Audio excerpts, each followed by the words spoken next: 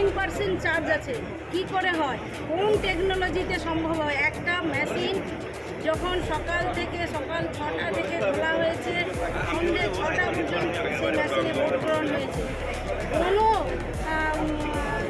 আছে কোন জাদু বলে সেখানে 98% 99% চার্জ থাকতে পারে? এইটা আমাদের কাছে বোধগম্য। এটা নিয়ে আমি প্রথমেই কমপ্লেন দিয়েছি, তা সত্ত্বেও মানছে না। সবটাই প্রশাসনিকভাবে এমনভাবে কবজা করেছে সেন্ট্রাল ফোর্স দিয়ে, সেখানে বলার জায়গা কম। সেখানে যেটাই বলছি সেখানে আরও ম্যাডামও হাত তুলে দিচ্ছেন, অবজারভার যা বলছেন সেটাকেই মান্যতা দিচ্ছেন। এভাবেই মানুষের রায়কে বদলে দেওয়ার চক্কর। কেন দিদি এরকম বলছেন, কেন যে মানুষের রায়কে?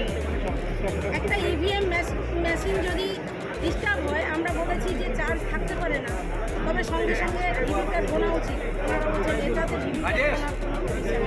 এটা কী করে হয়? আমরা তো কমপ্লেন করছি,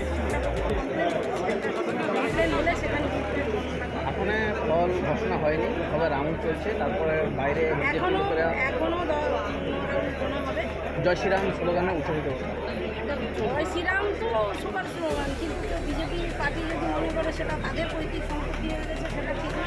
আগামী দিনে মানুষকে উদ্দেশ্যে বলবো, যেভাবে এসআইআর করে মানুষের নাম ভোট থেকে বাদ দিয়ে দিতে চাইছে, তাই এটা একটা চক্রান্ত করে মানুষের রায়কেও বদলাতে চাইছে।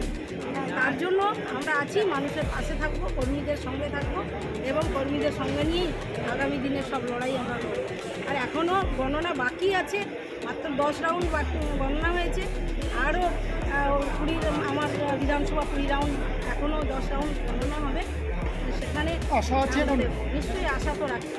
কর্মীদের সেটাই বলবেন যে কর্মীদের সেটাই হ্যাঁ, এই নিয়ে বলছেন কারচুপি, এটা নিয়ে অফিসিয়ালি কী অভিযোগ করছেন? আমি অফিসিয়ালি প্রথমেই আমি একটা লিখিত অ্যাপ্লিকেশান দিয়েছি আরও ওকে, এবং আমি তো এখানে মোবাইল নেই, বাইরে বেরোতে পারছি না।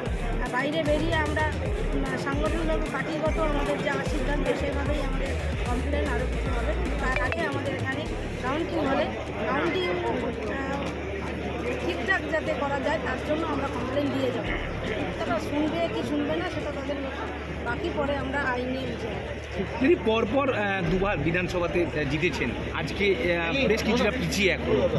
কোথাও কি হলদিয়াবাসী আপনার এই দল পরিবর্তনটাকে মেনে নিতে পারল না? এটা দল পরিবর্তনের বিষয় নেই, এটা সম্পূর্ণভাবে কারচুপি করে একটা মানুষের রায়কেও বদলে দেওয়ার চেষ্টা হচ্ছে।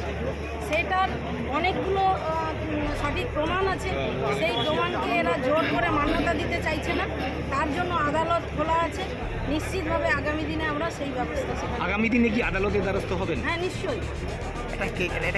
গোটা রাজ্য জুড়ে গেরুয়া ঝড়, সেখানে হলদিয়াতেও তাই, কি বলবেন? সেটা তো সময় বলবে, এখনও গণনা বাকি আছে, গণনা হোক, শেষ পর্যন্ত হোক, তারপরে এই যে হ্যাট্রিকের পথে বাধা হলো, এটাকে কীভাবে দেখছেন? দেখুন, আমরা মানুষের ওপর রায়ে বিশ্বাসী, যা রায় হবে সেটাকে মাথা পেতে নিতে আমি বিশ্বাস করি। মানুষ দেয়নি, সেখানে মনে করবো মানুষ চাইছে না, ওকে কোনো অসুবিধা নেই। কোথাও তৃণমূলে এখানে মানুষের রায়কে বদলে দেওয়ার চেষ্টা হচ্ছে, সেটাতেই আমাদের প্রতিবাদ। এবং সেখানে মানুষের রায় বদলে দেওয়া হয়েছে, এটুকু একেবারে আমাদের কাছে প্রমাণ। কারণ কোনো ইভিএম মেশিনে 90-র নিচে চার্জ নেই, সব 90-র ওপরে, 90%-এর উপরে চার্জ, 91%, 92%, 93%, ইভেন 99% চার্জ আছে। এই জায়গা থেকে মনে হচ্ছে যে সমস্ত মানুষের ভোটাধিকারকেও লঙ্ঘন করছে। বাংলা হান্টের আরও খবর দেখতে নজর রাখুন। বাংলা খবর মানেই বাংলা হান্ট।